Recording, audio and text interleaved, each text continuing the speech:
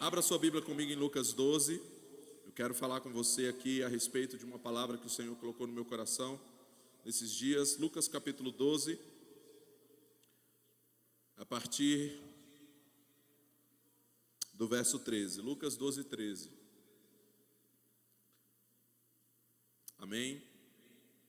Lucas 12, 13, Jesus diz, aconteceu isso aqui, ó. Um homem disse-lhe, a Jesus no caso, no meio da multidão: Mestre, manda a meu irmão que reparta comigo a herança. Mas ele lhe respondeu: Homem, quem me constituiu juiz ou partidor entre vós? Disse ao povo: Olhai e guardai-vos de toda avareza. Fala comigo, guardar de toda avareza. Porque a vida de um homem não consiste na abundância das coisas que possui. Em algumas traduções diz, na abundância dos seus bens. Então, lhes expôs uma parábola. Aí Jesus conta uma parábola dizendo: As terras de um homem rico produziram muito fruto. Ele discorria consigo: Que hei de fazer? Pois não tenho onde recolher os meus frutos. Disse: Farei isso, derribarei os meus celeiros e os construirei maiores. E aí guardarei, fala comigo, guardarei toda a colheita, fala comigo, toda a colheita, e os meus bens, e direi à minha alma, tens muitos bens em depósito para largos anos, descansa, come, bebe, regala-te. Mas Deus disse-lhe: Insensato, esta noite te exigirão a tua alma, e as coisas que ajuntaste, para quem serão? Fala comigo, e as coisas que ajuntastes. Agora traz isso para a primeira pessoa e disse assim: E as coisas que eu ajuntei, para quem serão? Aí no verso 21, Jesus termina esse momento aqui dizendo: Assim é aquele que entesoura para si e não é rico para com Deus. Não há dúvidas de que esse é um texto muito forte, amém? Que a palavra do Senhor, que é martelo que esmiuça a penha, possa hoje entrar na sua vida e nas nossas vidas e fazer a diferença nessa noite em nome de Jesus, amém?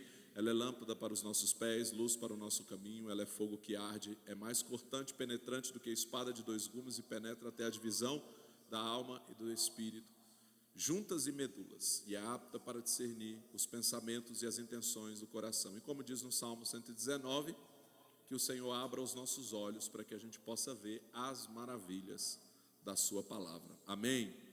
Esse texto aqui, ele é um texto muito forte daquilo que Jesus está falando. Ele está aqui condenando não ter dinheiro, né? Seria contraditório eu subir aqui depois de testemunhos, depois de um momento de oração pelos empresários, para que você prospere, para que você possa, e eu chegar aqui agora e, né, não, o propósito não é contradizer o que já foi feito aqui e o que nós cremos como comunidade das nações e como igreja do Senhor, como reino de Deus, de que Deus tem abundância para as nossas vidas, Deus tem prosperidade para as nossas vidas, Deus tem sim riqueza, e a Bíblia está cheia disso: e abençoarei os que te abençoarem, e será enriquecido. Abraão foi muito rico, Isaac foi muito rico, Jacó foi muito rico, José foi enriquecido. Os descendentes de Abraão têm essa promessa: vocês serão benditos, serão cabeça e não cauda, tudo que vocês fizerem prosperará, amém? Essa é a promessa do Senhor, e aquele que medita na sua lei de dia e de noite será como árvore plantada junto a ribeiros de águas vivas, que dá o seu fruto de tempo em tempo, e cujas folhagens não murcham, e tudo que ele faz te salear, prosperará. Essa palavra no original, ela representa que você vai ser abençoado financeiramente, vai ser abençoado em todas as áreas da sua vida. A bênção do Senhor, Provérbios 10, 22, que enriquece e não acrescenta dores. Shalom, nada quebrado, nada faltando, nada fora do lugar, amém? Então Jesus não está condenando essa prosperidade, Jesus não está condenando essa riqueza, Jesus está condenando aqui a avareza. Jesus está condenando aqui alguém que só estava preocupado com uma coisa: juntar, juntar, juntar e não compartilhar, e não doar, e não entregar, e não. Então isso aqui vai muito além de dinheiro. E eu não estou aqui agora para falar somente sobre dinheiro. Eu estou aqui para falar sobre o que você tem, para quem será. O Senhor me deu essa palavra há 2 semanas atrás, mais ou menos, quando eu fui pregar em Manaus e aconteceu aquele episódio da queda daquele voo, daquela empresa da Voo e Paz, né? Daquele ATR, que é um avião que de vez em quando eu pego por aí. Inclusive já fiz alguns videozinhos, né? Quando você chega naquele aviãozinho e você vê aquelas hélices e a gente fica um pouco assim, frio na barriga. E claro, né, que muito mexido, e a gente compartilha da dor daqueles que perderam pessoas ali, né, das pessoas que perderam pessoas. A gente consegue de alguma forma se alegrar, apesar de ser estranho dizer isso, mas se alegrar com aqueles que foram livres de entrar naquele voo, né? Pessoas que perderam o voo, que foram impedidas ali como testemunhos de pelo menos 10 pessoas que não conseguiram entrar naquele voo, que eram para estar naquele voo e que de alguma forma experimentaram esse livramento. A gente não faz julgamento, né, dizer que aquelas, né, tantas pessoas ali, dezenas de pessoas, todas elas mereciam morrer e que foi um julgamento. Não, nós não cremos dessa forma. Nós entendemos que os mistérios de Deus são maiores do que os nossos, os pensamentos dele são maiores do que os nossos, né?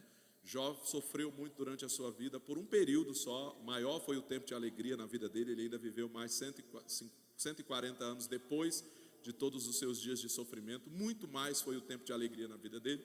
Mas naquele período difícil que ele passou, ele teve 3 amigos que se levantaram para tentar entender o que estava acontecendo, para julgar, para poder levantar sentenças, né? Alguns para dizer que se ele estava passando por aquilo é porque ele tinha feito alguma coisa para merecer. O próprio Jó se justificou, né? Eu digo que as pessoas que não leem a Bíblia toda e só leem os primeiros capítulos de Jó e os últimos, elas dizem que Jó não murmurou, que Jó não reclamou, né? Que Jó foi aprovado por Deus ali, porque ele... Não, Jó num primeiro momento não murmurou, mas depois, se você ler a Bíblia, você vai ver Jó murmurou, Jó reclamou, Jó questionou, Jó maldisse o dia que ele nasceu. Mas depois ele se arrependeu e foi perdoado por Deus, amém? E viveu um novo tempo, como meu amor já pregou aqui, um segundo tempo na vida dele. Mas as pessoas tentaram entender, e diante dessas coisas a gente tenta entender, a gente se questiona, a gente se pergunta, né? Porque uma coisa é quando você vê uma pessoa que morreu, outra coisa é você ver de repente um voo cair e dezenas de pessoas morrerem ao mesmo tempo. Será que Deus selecionou todas aquelas que ele iria levar e botou tudo dentro de um voo para poder levar tudo de uma vez só? Vou fazer aqui, né? Então não dá para entender essas coisas. Agora, o que nos permite é refletir muito. Eu particularmente, confesso para você, e meu amor está aqui, sabe, e aqueles que me acompanham há algum tempo sabem, que eu não tenho nenhum medo de voar de avião, né? E eu não tenho problema nenhum também se o avião cair, né? De verdade. Inclusive eu pensei sobre isso, porque as pessoas me questionam muito isso, né? A gente voa, claro que você dá um frio na barriga, porque é um momento, né? Eu penso no momento da dor, é uma dor ali que a gente não sabe descrever o que pode acontecer numa queda como aquela. Não é uma queda tão rápida, você vê que o avião demorou alguns segundos para cair, então tem ali todo um desespero ali de poucos segundos que de repente acabou.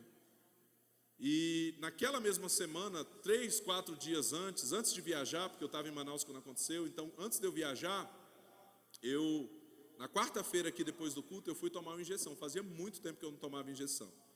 E eu estava com uma inflamação, né, que da garganta subiu aqui, recebi hoje a cura para a garganta, que eu estava muitos dias lutando com isso, já recebi aqui hoje, coloquei a mão na garganta, eu creio e recebo essa unção, e falei, Deus, não quero mais ficar com a garganta inflamada, porque esse negócio de voar o tempo inteiro, e sobe, desce, muda de clima, e está aqui, uma hora está em Manaus, está no Rio de Janeiro, está não sei onde, vem para Brasília, e aí acaba que afeta um pouco. E aí, eu estava com a garganta inflamada, vinha lutando já há alguns dias, e aí o médico me passou uma injeção, e fazia muito tempo que eu não tomava uma injeção, né? Aquela injeção assim, não pode ser no braço, não, esse não pode ser no braço. Eu acho que o médico não foi com a minha cara e falou, vou botar uma injeção para esse cara, esse marmanjo aí vai tomar uma injeção no bumbum para ele saber o que... E eu saí do culto aqui, na quarta-feira, passei na farmácia, e eu tomei uma injeção, isso foi antes da queda do avião, e eu fiquei pensando ali, né, eu falei, rapaz, faz tanto tempo que eu não tomo injeção, muito tempo mesmo que eu não tomo injeção assim, né? E eu fiquei pensando isso, né? Na hora que eu estava ali chegando na farmácia, eu falei assim, eu sei que vai doer, mas vai ser só um momento. Como alguém diz, vai doer como nunca para não doer nunca mais. né? Vai ser só um momento, daqui a pouco, e nem doeu tanto assim, né? Não foi uma bezetacil, mas foi rapidinho, passou ali a dor, né? Mas foi um momento. E eu pensei, isso é uma dor, né? Tem uma canção que eu gosto muito, né? Acho que é do Marcos Almeida, que me marcou muito essa canção, e ele diz: toda dor é por enquanto. Fala comigo, toda dor é por enquanto. Para nós que cremos em Jesus e na vida eterna, amém?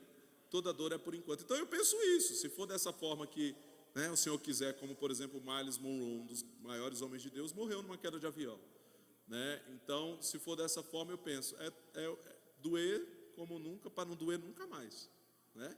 É uma dor de segundos, eu vou estar na eternidade e não haverá mais noite ali, né? Acabou. Mas eu estou falando isso aqui para você porque eu fiquei reflexivo sobre isso, né? E o Senhor me deu essa palavra, porque a gente nunca sabe quando vai ser o último abraço, a gente nunca sabe quando vai ser, né, o último. Aquelas pessoas entraram naquele voo com a certeza de que daqui a pouco elas estariam pousando e mandando uma mensagem dizendo: cheguei. E as pessoas não sabiam que era o último voo delas.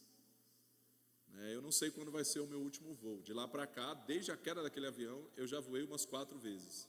De lá para cá, nas últimas 2 semanas. Daqui a 2 semanas, eu vou ministrar em Cascavel. E eu vou fazer na volta aquela rota exata de Cascavel para São Paulo, para poder de São Paulo vir para Brasília. Provavelmente num ATR. Porque normalmente essa rota é feita no ATR. Eu espero que seja o da Azul e não da Voo e Paz. Mas, né, enfim, meu sogro viajou essa madrugada, e aí, meu amor, acho que foi meu amor que falou, né, mas olha pro lado bom, nunca caiu um voo da Azul, eles foram de Azul, né? Aí ele: não fala isso não, porque sempre tem também a primeira vez. Misericórdia, né? Chegaram bem lá, graças a Deus. Mas eu estou falando isso para você, e eu falo assim, até rindo, né, mas com esse peso em relação a essa palavra, porque eu fiquei reflexivo sobre isso. Porque não tem necessariamente ser um avião é porque é coletivo, são muitas pessoas e choca muito mais, mas toda hora pessoas estão partindo, né? Esses dias o Silvio Santos partiu com 90 e poucos anos de idade. Mas quem garante que você vai viver 90 e poucos anos de idade? A gente crê e profetiza que a gente vai viver até mais de 100, amém? Se Jesus não voltar, né, Maranata, quero que ele volte hoje, falo isso para ele todo dia. Mas se ele não voltar até lá, se for para viver 100 anos, que eu viva 100 anos. Mas a gente nunca sabe. Isso é muito improvável. Amém ou não? Eu tive agora pregando na Bahia, e eu cheguei lá na Bahia e fui pregar na igreja, que hoje o pastor que assumiu a igreja era o filho do pastor. O pastor, que era o pastor da igreja, muitos anos, uma igreja grande lá na Bahia, ele viajou para Manaus, para uma conferência, que ele ia sempre, um congresso lá em Manaus. E dessa vez que ele foi para Manaus, ele chegou lá e ele foi comer um peixe. Ele comeu um peixe e pegou uma bactéria de um peixe que ele comeu. Um peixe que eu como toda vez que eu vou lá em Manaus. E ele pegou uma bactéria. E aí ele ficou ruim lá mesmo em Manaus, ele já procurou o médico e o médico passou para ele um antibiótico. Ele começou a tratar com antibiótico, melhorou, se sentiu melhor. O que ele fez? O que muita gente faz? Interrompeu o tratamento, parou o antibiótico. Já estou bem, parou o antibiótico. O que aconteceu? A bactéria ficou mais forte. Ela voltou com mais força no coração. E ele morreu por causa de um peixe. Pastor de uma grande igreja, homem de Deus, 50 e poucos anos de idade. Entendeu? Então a gente nunca sabe, irmão. Talvez você fale: é por isso que eu não vou de avião. Pode ser um peixe que você comeu. É verdade ou não é? Então nós nunca sabemos o dia e a hora. Mas a pergunta do Senhor é: e o que você tem? Para quem será? E o que eu confiei a você, o que você tem feito com isso? Porque todos nós vamos prestar contas diante do Senhor. Então, de episódios como esse, resta-nos entender uma coisa: a hora pode chegar a qualquer momento. Como diz o pastor Jeremias Pereira, todos nós temos como aquela senha do girafas. Não tem quando você vai no girafas? Aquele negocinho que te dá, você fica na expectativa de vibrar porque sua comida ficou pronta. Todos nós temos na nossa mão, o pastor Jeremias Pereira fala isso, né? Todos nós temos na nossa mão um negocinho daquele do girafas. e a qualquer momento vai vibrar dizendo: é a sua vez. Esse a gente não fica com muita expectativa assim, né, de vibrar. Mas a qualquer momento pode ser chamado das formas mais inusitadas possível, né? Tem uma série que eu não recomendo, que você pode ficar meio medroso, mas tem uma série que é 1000 Formas de Morrer, não sei se ainda tem. Mas era um seriado que tinha, eu sei porque eu usei algumas nas minhas pregações, de pessoas, histórias reais de pessoas que morreram das formas mais inusitadas que você pode imaginar.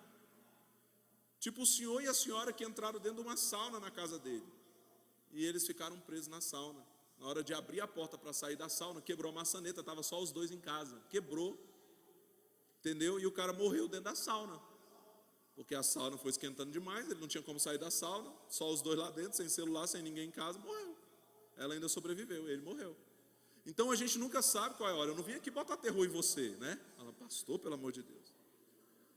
Mas às vezes a gente precisa dessa reflexão, né? Às vezes é bom você assistir o filme Premonição 1, 2, 3, 4 para a gente refletir e entender, irmão, que a qualquer momento isso pode acontecer. E a pergunta é: o que eu tenho feito com aquilo que Deus tem me dado, com aquilo que Deus tem me entregado?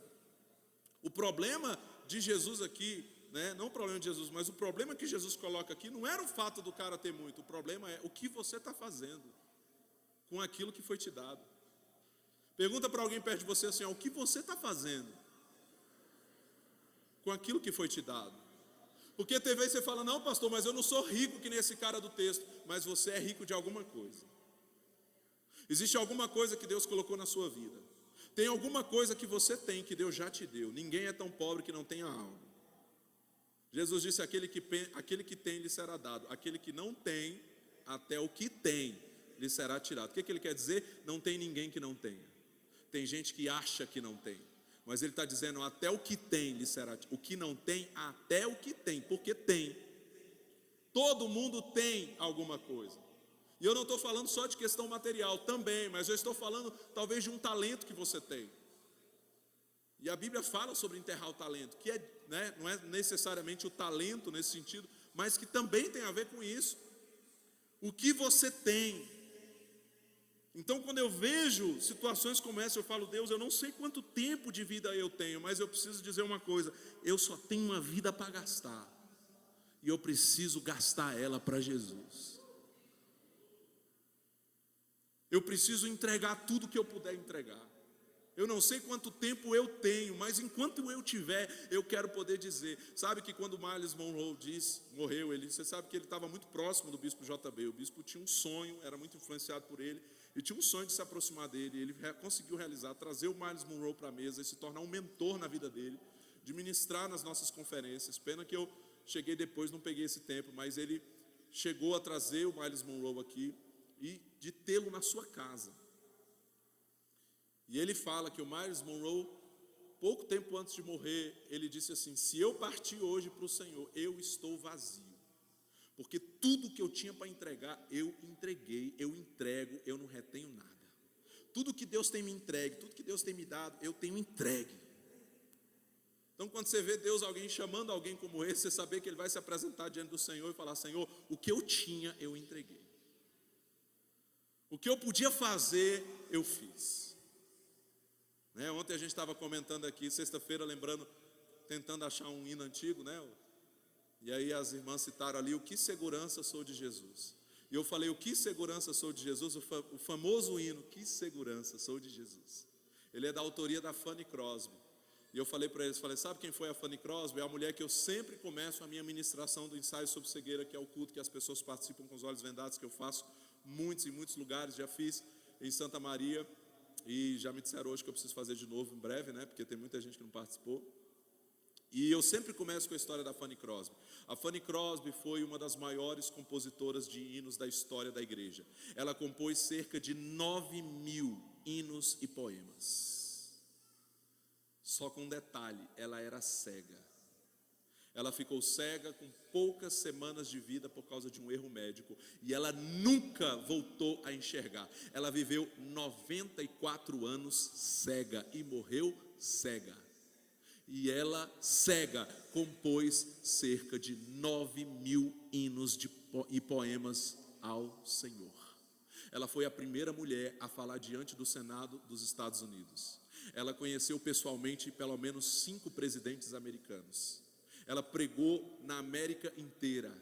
Ela foi professora de inglês e história por anos. Tudo isso cega. E lá na sepultura da Fanny Crosby tem escrito assim: tia Fanny, ela fez o que pôde. Tia Fanny, ela fez o que pôde. Alguém que, apesar da sua deficiência, apesar da sua dificuldade, entendeu que ela ia entregar tudo para Deus. Poucos dias antes da sua morte, numa visita de obreiros, ela disse assim: eu creio que uma das maiores bênçãos que o Senhor me proporcionou na minha vida foi permitir que a minha visão externa fosse fechada. Porque ela entendeu que aquilo a aproximou mais do Senhor. Eu sempre me pergunto, quando eu conto essa história, lendo o testemunho dela, se ela enxergasse, será que ela teria composto 9.000 hinos e poemas? Às vezes alguns espinhos na carne que Deus permite nas nossas vidas, é porque Ele sabe que talvez sem eles, a gente não ia entregar tanto quanto a gente entrega quando a gente está com eles. Tem gente, irmão, que só ora quando tem problema, aí Deus diz assim: anjo, manda um problema. Porque esse irmão está precisando de um problema. Quando eu prego o mistério do sumiço da jumenta, eu falo isso, né? Precisou a jumenta sumirem para que chamar Saul e dizer: vai lá procurar a jumenta. Saul sai para procurar a jumenta, encontra Samuel. Deus tinha falado para Samuel no dia inteiro: ei, vai vir um rapaz aqui procurando umas jumentas, ele vai ser o rei de Israel. Saul está preocupado com as jumentas, Deus está preocupado em fazer ele rei. Às vezes, aí eu falo nessa pregação, às vezes as jumentas têm que sumir. Fale para alguém, essa foi a primeira pregação que eu preguei em Santa Maria. O primeiro culto que eu ministrei em Santa Maria foi essa pregação do mistério do sumiço das jumentas. Fale para alguém perto de você, às vezes as jumentas têm que sumir. Agora fala para esse, mas você pode ser mais inteligente. Você pode dizer: Senhor, não precisa do problema, eu vou fazer o que eu tenho que fazer. Eu vou orar mais, eu não vou esperar o problema chegar. Né? Nós lemos aqui em Provérbios e comentamos: o apetite do homem o obriga a trabalhar e a fome o impulsiona. Então, às vezes é a falta que faz algumas coisas, algumas pessoas serem impulsionadas a se reinventar. E se a gente for inteligente, intencional nisso, a gente não precisa chegar nesse nível, a gente pode buscar antes, amém ou não? Mas a pergunta que eu vim te fazer nessa noite é: o que você tem para quem vai ser? O que você tem? Esse homem, ele era alguém que estava preocupado só em juntar. Ele estava preocupado em construir mais celeiros para juntar mais. E aí ele diz a sua alma. Por que ele diz a sua alma? Porque ele não tinha nem amigo, irmão. Ele não diz a um amigo, ele diz para ele mesmo. Sabe por quê? Porque ele vivia em função dele mesmo. Ele diz para a sua alma: come, bebe, regala-te. Por quê? Porque ele não tinha nenhum amigo. Ele não tinha gente para... Não, ele vivia autocentrado. Era tudo sobre ele. A gente não canta aqui, é tudo sobre Jesus. Tem muita gente cantando tudo sobre Jesus, mas na prática é tudo sobre ele.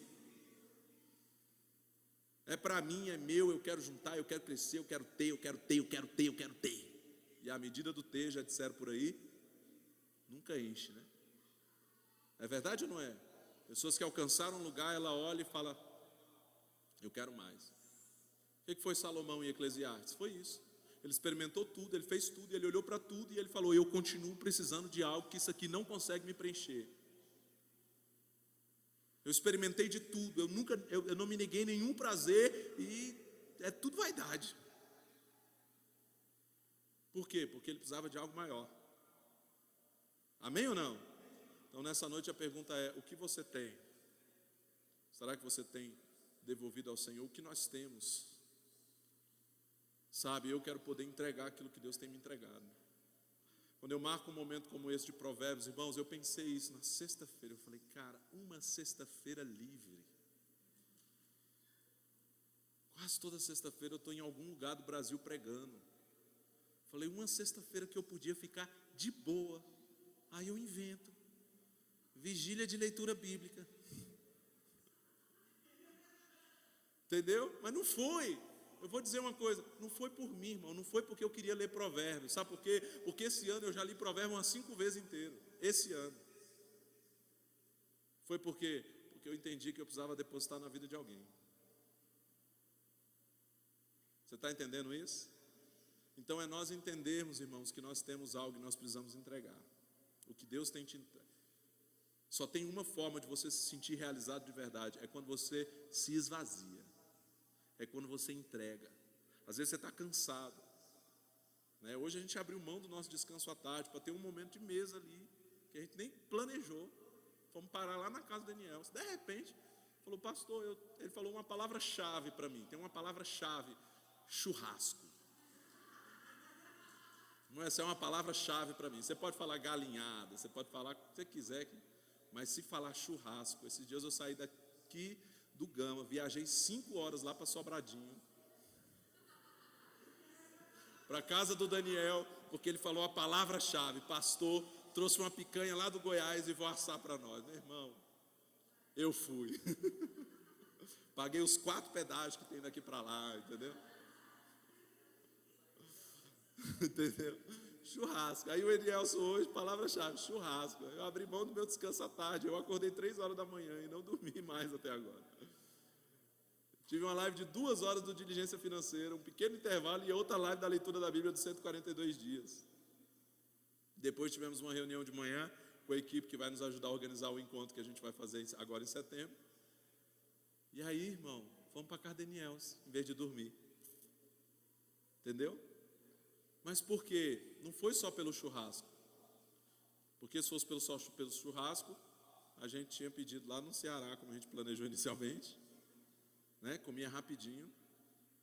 Mas foi por causa daquele momento precioso que eu falei para eles. Eu falei, se eu pudesse, eu não ia nem... Eu ia dizer para todo mundo, gente, o culto não vai ser na igreja, vem todo mundo para a casa do Daniels, porque nós vamos ficar aqui nessa mesa, todo mundo. Não ia caber, né?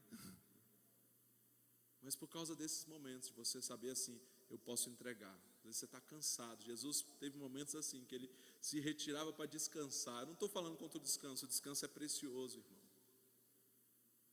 Mas sabe quando você tem, a gente estava lá no Rio de Janeiro, na semana passada, e a gente tirou um tempo de descanso, 2 dias em Copacabana. Aí a gente está lá, e aí uma discípula, que era nossa discípula agora, mudou para o Rio.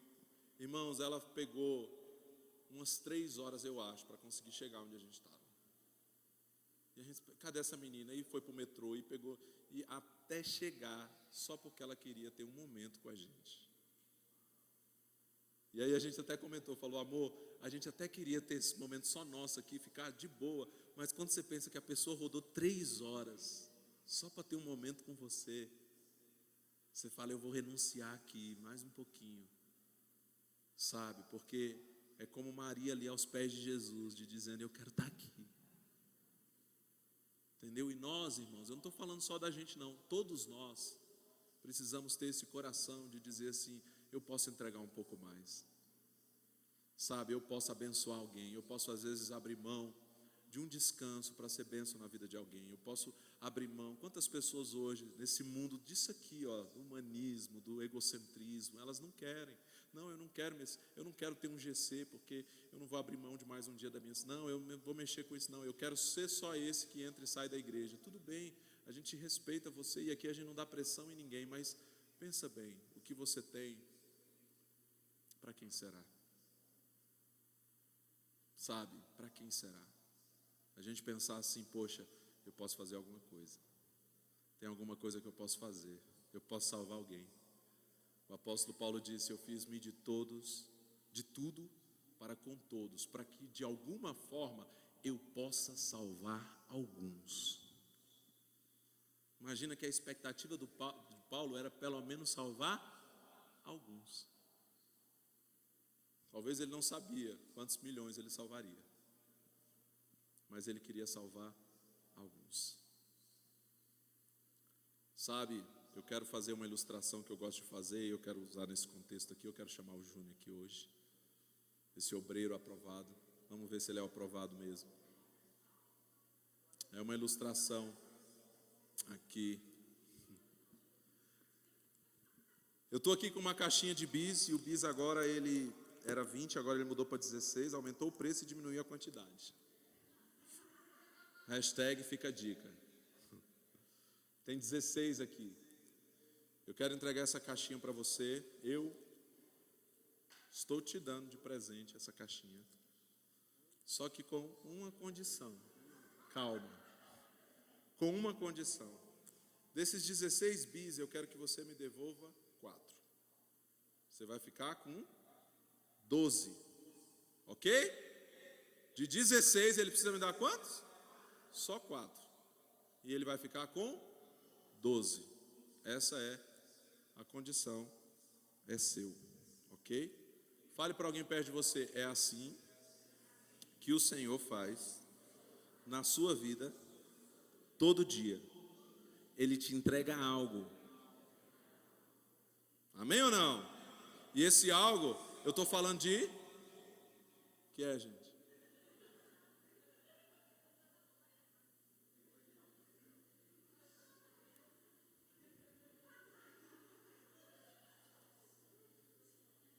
Lá ele.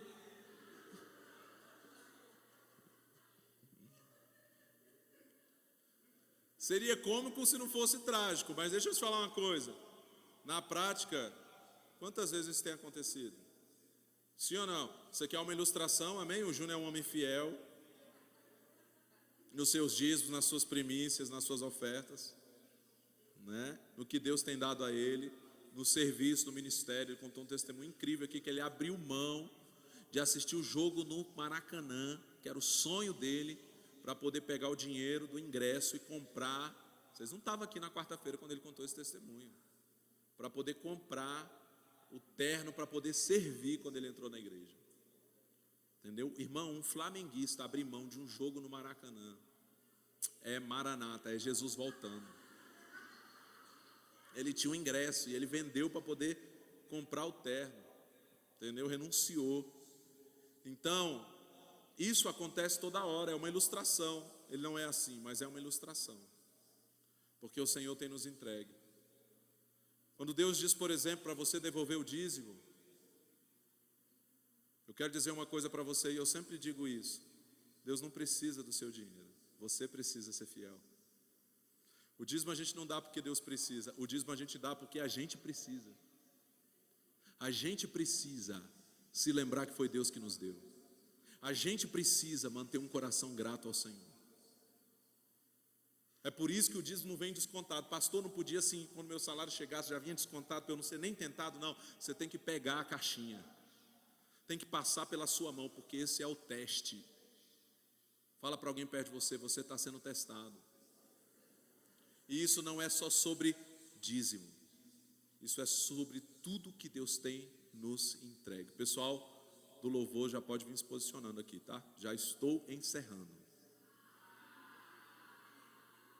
Depois de ser roubado aqui publicamente. Por isso que a Bíblia fala assim: poderá o homem roubar a Deus? E ele mesmo responde: vocês têm me roubado nos dízimos e nas ofertas. Por que roubado? Porque foi Deus que te deu. E ele pediu uma parte de volta, uma pequena parte, a maior é sua. E isso não é só, como eu disse, sobre dinheiro, é sobre tudo que Deus tem nos dado. Deus tem te entregue, o que você tem feito com aquilo que Deus tem entregue a você. Será que você tem só segurado? Vou abrir essa caixinha, vou comer esse bis, vou me acabar aqui, vai ser tudo meu, é tudo meu, é tudo para mim. Esse era o coração desse homem, irmãos. E essa ilustração que eu faço constantemente é para nos lembrar a respeito disso. O que você tem, para quem será? Sabe, não é só sobre ter, é sobre entregar. É sobre entender, não o quanto eu vou poder ter, mas o quanto eu vou poder entregar. Fale para a pessoa que está do seu lado assim, ó, é sobre o quanto você vai poder entregar. Diga para ela assim, ó, eu profetizo na sua vida que você vai poder entregar muito.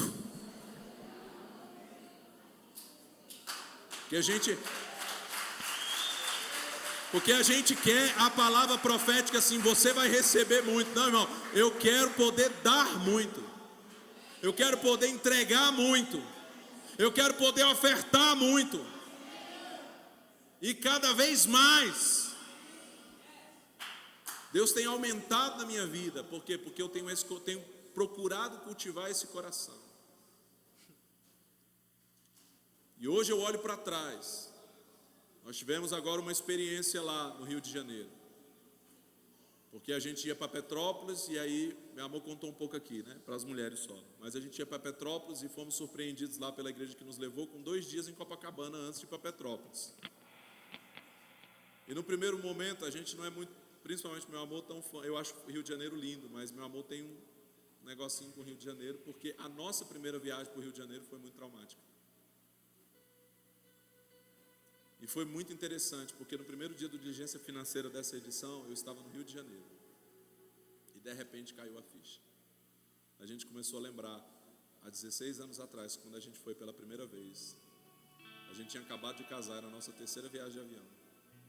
A gente não tinha nada, irmão. A gente foi a convite de um casal que disse assim: pastores, nós queremos que vocês vão, que a gente vai pagar para vocês na viagem. Não tinha dinheiro, irmão. A gente foi na conta deles. Sabe o que é você não ter dinheiro para um picolé? Literalmente.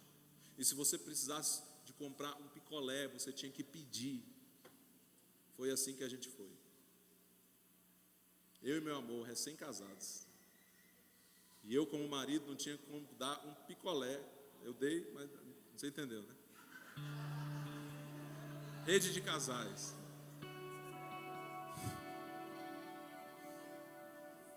E aí agora nós estávamos 16 anos depois. E a nossa ficha caiu. O Senhor nos trouxe aqui no Rio de Janeiro para mostrar o quanto que a nossa realidade mudou nesses 16 anos. Aí meu amor pediu 3 picolé na praia. Irmão, sabe quanto que é um picolé em Copacabana? R$25 um picolé. 3 picolé, quase R$100.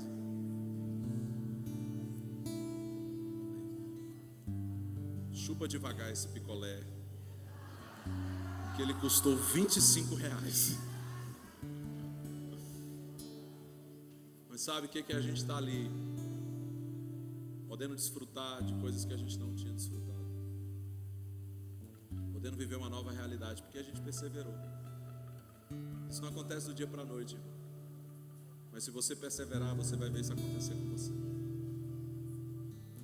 A gente viveu essa realidade de agora a gente é aquele que pode abençoar. Essa menina passou 3 horas para ir lá para poder nos ver. Aí quando ela chegou lá, na hora de ir embora, ela ia ter que passar mais, não 3 horas, porque já mudou um pouco o trânsito, mas ela ia ter que pegar metrô de novo, passar todo um rolê para poder chegar em casa. Foi só para vir, ela ia ter que voltar. Eu falei: Sara, você não precisa ir de metrô, nós vamos pagar Uber. Não, pastor, Uber é caro, é longe daqui. Eu falei: nós vamos honrar você, nós pagamos o seu Uber, você não vai essa hora. Ela é do Rio, irmão, das quebradas. Ela mora em Bangu. Mas falou: nós vamos honrar você. E agora eu estava devendo uma nova realidade, onde agora eu não era alguém que precisava de alguém pagar um picolé. Agora eu sou alguém que posso pagar o picolé de alguém. Posso pagar o Uber de alguém. Que pude lá na hora da pizza que a gente...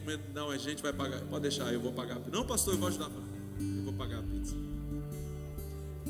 Por quê? Porque a gente vai mudando de fase quando a gente persevera. Quando a gente é fiel no pouco. Deus está te pedindo 4 bis. Tem gente que não consegue ser fiel no pouco. Eu vou tentar de novo, irmão. Eu vou chamar aqui o Enielson. Vamos ver se o Enielson aprendeu alguma coisa nessa igreja. Aqui está uma caixinha de bis. 16 bis. E eu quero... Uma delícia, ele disse. Estou te honrando porque você nos honrou hoje com churrasco. Mas aqui tem 16 bis. E eu quero que você me devolva 4 e fique com 12.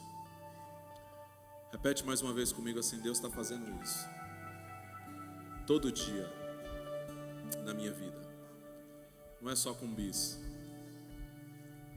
É com um talento que Deus te deu.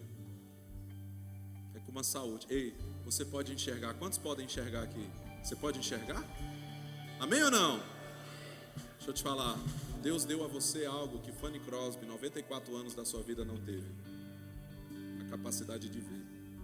Aquela mulher sem esse presente que Deus te deu e não deu a ela, ela foi capaz de compor 9.000 hinos de adoração ao Senhor. E você com os 2 olhos enxergando, e eu com os 2 olhos enxergando, eu com uma ajuda, né? Porque o meu são 4. O que nós temos feito? O que nós temos feito com aquilo que Deus nos deu? E aí, meu irmão? Você está bem? Aqui estão 4 bis. Prepara para mim, por favor, aí no telão, se conseguir colocar um versículo para mim. Provérbios 28, verso 20. 4 bis, fala comigo, 4 bis. Ele recebeu 16. Amém ou não? Eu pedi 4. Ele me devolveu 4. Sim? Ele ficou com quantos? 12 bis. Fala comigo, 12 bis. Fica aqui, Enielson, por favor. Vem aqui, por favor. Ele ficou com quantos bis? 12 bis. Deixa eu te fazer uma pergunta. Humanamente falando, mentalidade humana, natural,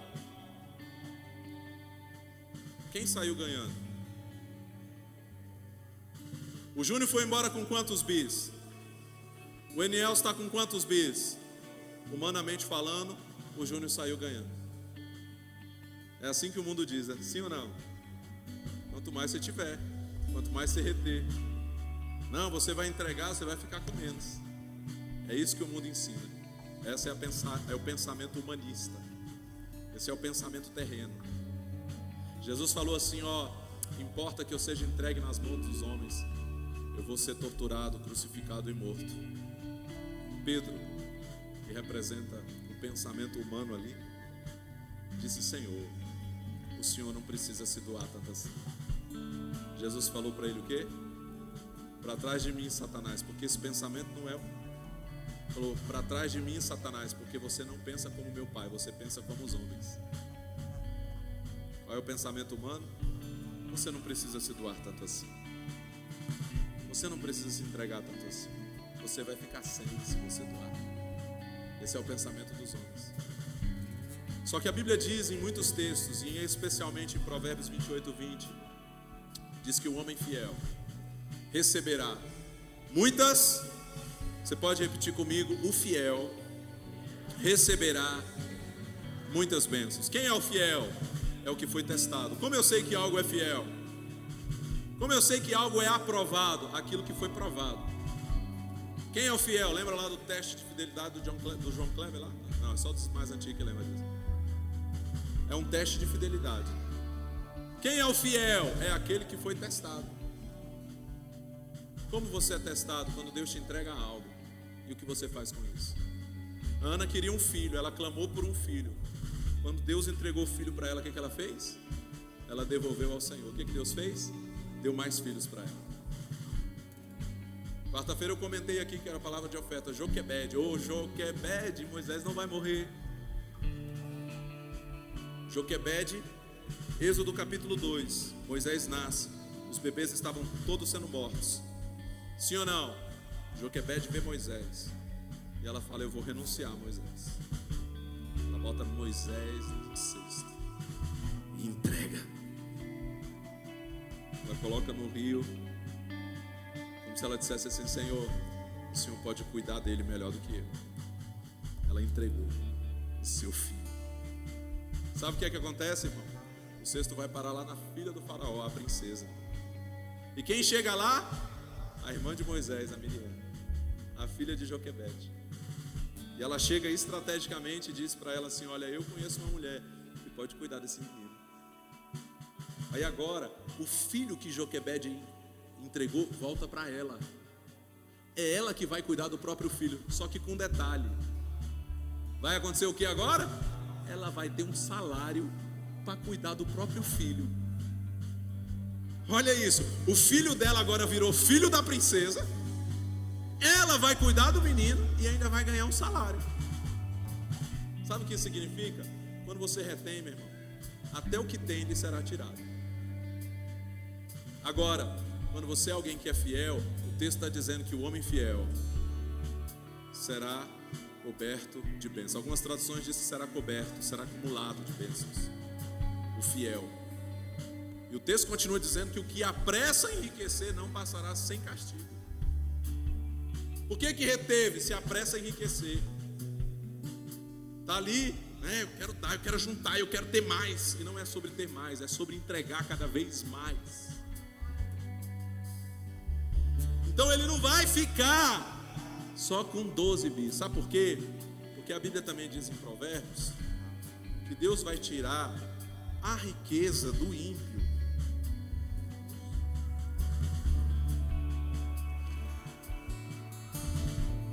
e vai entregar para o justo.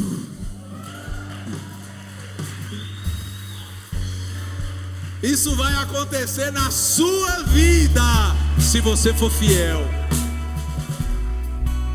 Agora, deixa eu ver quanto que o Júnior comeu. Rapaz, esse aqui? Rapaz, ele comeu a metade da caixinha quase, né? Mas aqui ainda tem 2, 4, 6, 8. Tem 8. 8. O Júnior ficou com o quê? Com a dor de barriga, porque comeu.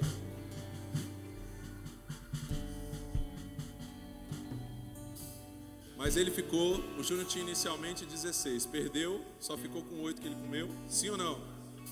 Esse aqui agora tem quantos? Quantos? 20. Coisa mudou. Fala para alguém perto de você, o jogo virou. Fala para ele assim, ó, o jogo vai virar na sua vida. Se você for fiel, diga assim, se você for fiel, a sua hora vai chegar. A abundância de Deus vai chegar na sua vida. Mas ele não vai ficar, e essa parte a gente não combinou. Eu não combino essa parte com o ator que eu convido alguém que ainda não viu essa ilustração. Ele não vai ficar só com 20 bis. Porque a promessa é que ele vai ser cumulado de bênçãos. Então, o que vai acontecer na vida dele... Segura aqui, por favor, irmão. Fica bem aí no meio, por favor. Bem aqui no meio, assim.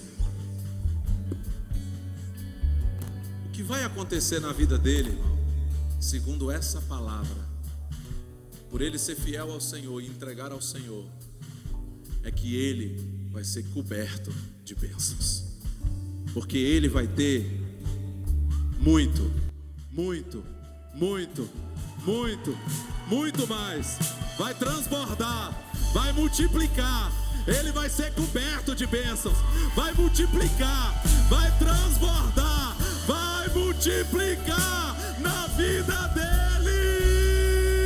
Fique de pé e celebre o Senhor nessa noite.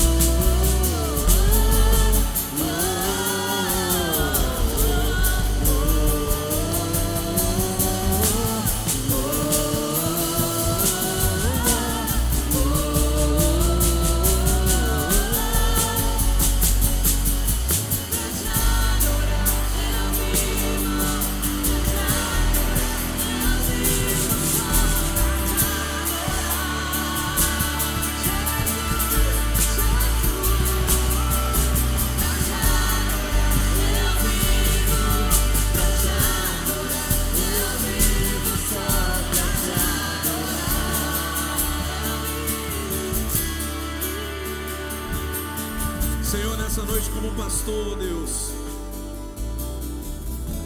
E como a autoridade que nos foi dada aqui hoje como igreja do Senhor, aonde, como eu disse aqui na quarta-feira, o que nós ligarmos na terra será ligado no céu, e o que nós desligarmos na terra será desligado no céu.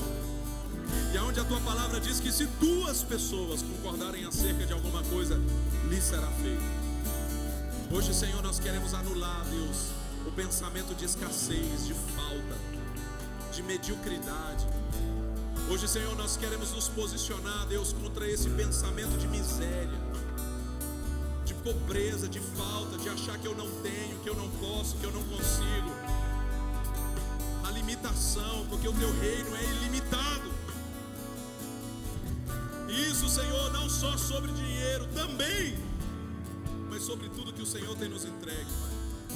Senhor, nós queremos colocar à disposição. Senhor, nós colocamos os nossos talentos à disposição, nós colocamos as nossas habilidades à disposição. Senhor, se nós temos duas pernas, nós queremos colocá-las à tua disposição. Se nós temos duas mãos, nós queremos colocá-las à tua disposição. Se nós temos dois olhos, nós queremos colocá-los à tua disposição. Se nós temos ouvidos para ouvir, nós queremos colocá-los à tua disposição. Senhor, se nós temos um coração para amar, nós queremos colocá-lo à tua disposição, Senhor. Hoje, Senhor, nós queremos colocar as nossas habilidades, nós queremos colocar, Pai, o pouco talvez que o Senhor tem nos entregue, como aquele menino que tinha 5 pães e 2 peixes, e na sua mão foi multiplicado para alimentar uma multidão. Hoje nós queremos entregar ao Senhor e dizer: Deus, gasta a nossa vida. Jesus, nós só temos uma vida para gastar, e nós queremos gastá-la para o Senhor. Nós queremos, Senhor Deus, poder entregar tudo, Senhor. Não vamos reter nada, nós vamos entregar o que o Senhor tem nos pedido, Pai, e o Senhor vai nos dar mais, e nós vamos entregar mais, e o Senhor vai nos dar mais, e nós vamos entregar mais, até que o Senhor venha. Nós queremos estar nesse ciclo de fidelidade, onde entregamos, o Senhor nos dá mais, e nós entregamos mais, e o Senhor nos dá mais, e nós entregamos mais, e o Senhor nos dá mais, e o Senhor nos dá mais, e nós entregamos mais, até que o Senhor venha, até que o Senhor venha.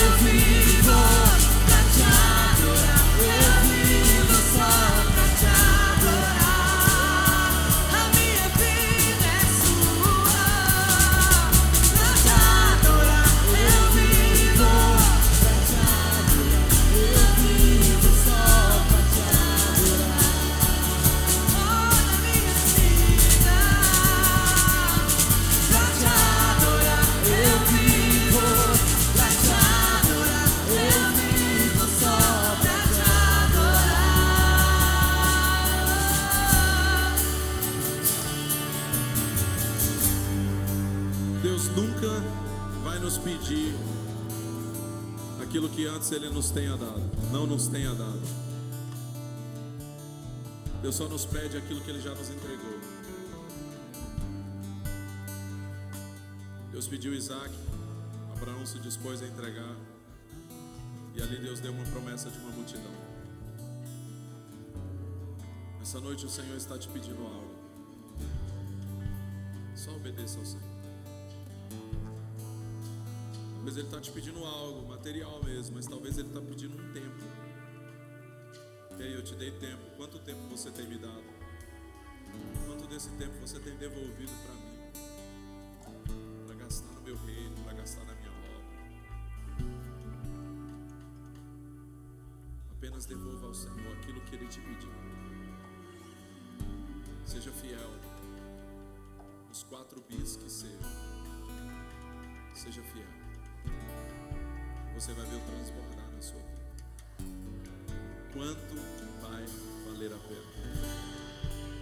Você que já está sendo fiel e questionou a Deus.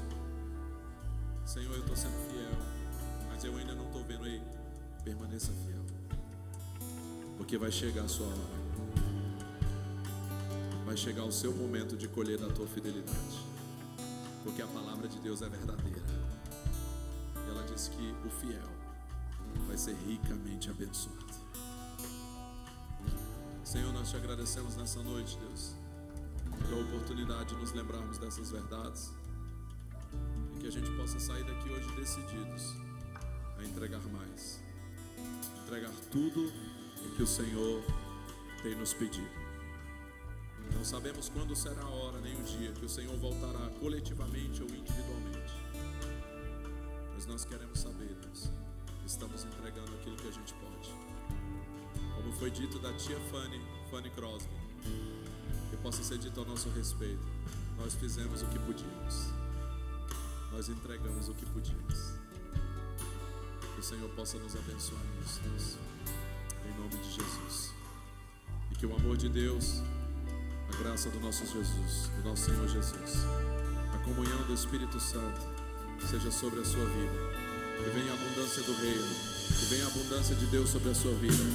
Que você receba cada vez mais para entregar cada vez mais, e entregue cada vez mais, entregue cada vez mais.